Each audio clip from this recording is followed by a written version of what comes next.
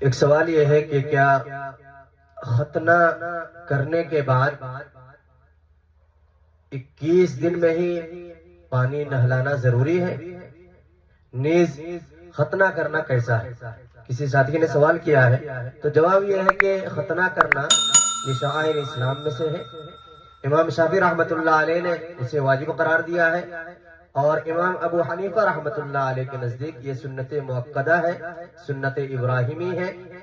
نیز یہ کہنا لوگوں کا کہ 21 دن میں ہی ختنہ کرنے کے بعد پانی نہلایا جائے، تو یہ بات بالکل غلط ہے۔